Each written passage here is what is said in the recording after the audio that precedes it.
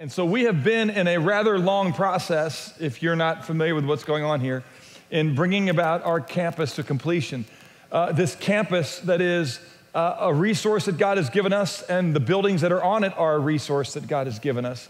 We want to take a little bit of time this morning and talk about this whole process and really tie it into the great name of God and what he's doing here in our midst. From the very beginning, Watermark has never been about making disciples and building buildings. We've always been about making disciples, period. And we have believed that buildings would assist us and enable us to do that most effectively.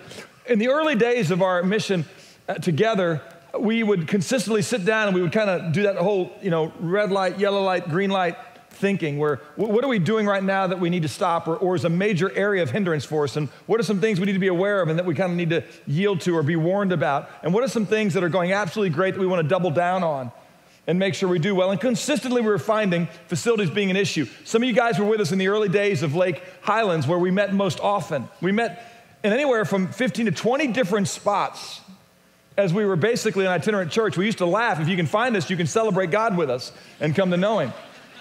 And there was numerous times that when we would be together, it would move literally just a couple of days before Sunday, or we'd get there Sunday and we'd have a lot of cleanup to do from something that happened the night before, or the electricity would be off. We actually had some services in the dark. We had many services in the winter that they air conditioned the building for us, in the summer when they heated it, which was very thoughtful. But it was a constant barrier to consistency and doing things the way we felt like we wanted to do it. And yet we never thought that we needed something else to be effective.